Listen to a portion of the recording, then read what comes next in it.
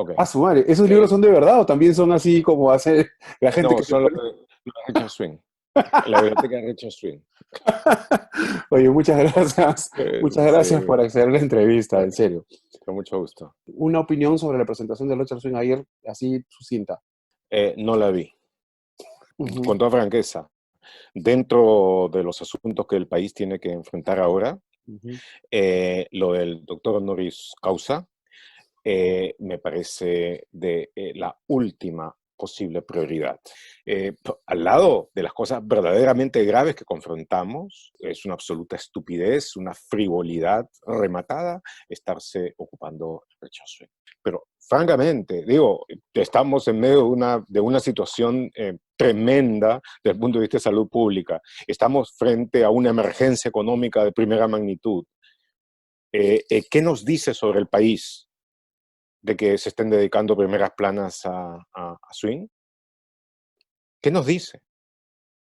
Sí, o sea, hay 50 temas mucho más importantes que estar dedicando la energía, tiempo, plazos, recursos a este caso que debería solucionarse con una investigación de Contraloría y ya está. No necesita televisión, no necesita en vivos, no necesita una No, comisión del Congreso, ¿no es cierto? no, incluso cualquier dirección de asuntos internos de un ministerio que fuera lo suficientemente autónoma, capaz, etcétera, debería estar en condiciones de hacer un reporte rápido que llegara a la instancia del caso. Eso podría ir eventualmente a Contraloría. Si fuera necesario, si es que se viera de que hay algún aspecto penal, podría ir a la Fiscalía y se acabó. El asunto central, fundamental, es cómo evitamos que muera más gente, cómo evitamos que más gente pase hambre. Antes de pasar a ese tema, porque de eso quiero conversar contigo Sí. puntualmente, es ¿a qué atribuyes tú que el espectáculo no sea tan atractivo? O sea, los medios de comunicación no es que se cuelgan todos de Richard Swing porque les parezca fantástico y maravilloso y súper, no sé, ilustrativo, no, sino porque da clics, porque da rating. El hecho que es clarísimo y concreto de que desde hace una buena cantidad de años hemos vivido un proceso creciente de tabloidización de la política y tabloidización del discurso político y del discurso público en general. Así como sucede con la gente que llega a tener adicciones a las grasas supersaturadas, a la comida chatarra y a todo ese tipo de cuestiones que te proporcionan apetitos muy fuertes y consecuencias muy tristes, es un problema detrás del cual está también un cálculo de quienes han visto que es una manera muy eficiente, muy eficaz de manejar el discurso público. Las cosas serias o supuestamente serias se manejan en un nivel que es un nivel que para la mayor parte de la gente resulta hierático.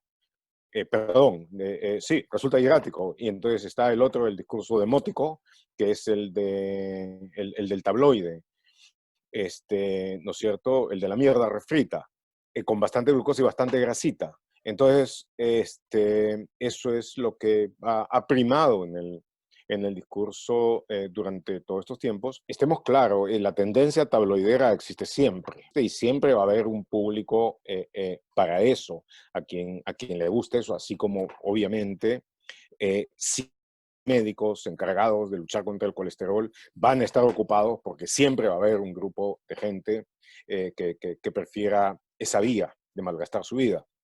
Y esto, por supuesto, empezó en la época del Montesano Fumurato, con los diarios, con la prensa chicha, y luego continuó en los años de la democracia que ha costado tanto mantener, pero que ha sido tan imperfectamente llevada. Y eso ha continuado y ha hecho de que definitivamente haya elementos como esos que son los que mueven el discurso y también los que mueven las acciones de la representación nacional. Somos adictos a la basura, básicamente. Digamos, no cualquier basura, naturalmente, ¿no es cierto? Es,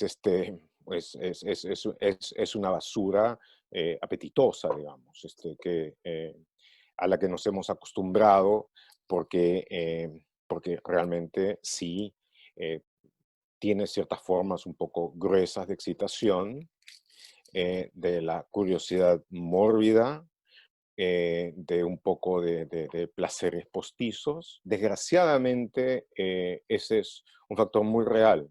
Es un factor muy real y es un factor que además explica el por qué toda una serie de supuestos estrategas en comunicación, en relaciones públicas, en estrategias comunicacionales y otras palabrejas por el estilo, han proliferado y han tenido un gran impacto sobre el criterio de los gobernantes.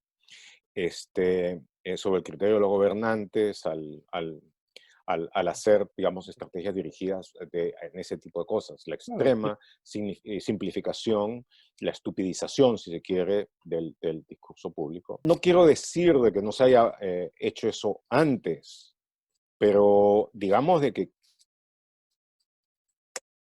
en los peores momentos del siglo XX, cuando el fascismo, el nazismo, básicamente destruyó la racionalidad en el discurso público, llevó a cabo lo que el título de aquel libro de Lukács, El asalto a la razón, este, y cuando Orwell tuvo frases y ensayos maravillosos sobre la subversión al lenguaje, a los conceptos, las palabras, que todo eso significaba, pues siempre hubo sólidos grupos de intelectuales, algunos de ellos muy engañados, por cierto, pero aunque estuvieran engañados, había densidad en su razonamiento. Uno puede ahora, por ejemplo, pensar todo lo equivocado que estuvo Sartre, en posiblemente el 80% de lo que dijo o escribió, pero nadie puede negar la gran inteligencia con la que se equivocó. Y entonces aquellos que aclaraban eso, digamos, pensemos en Orwell, en Camus, en Sidney Hook, en fin, todos ellos, obviamente, intelectos mucho más destacados, porque tenían, porque tenían a gente de mucho peso a la que rebatir. Ahora, bueno, digamos, eh, eh, de nuevo, obviamente tenemos discursos inteligentes, pues si tú te pones a ver la calidad del discurso público que impera, no solamente en Perú, sino en el mundo, este, digo, Trump, eh, Trump, Orban y todo ese tipo de gente, Bolsonaro. realmente, sí, hace pensar de que incluso los peores momentos del siglo XX intelectualmente fueron más ricos.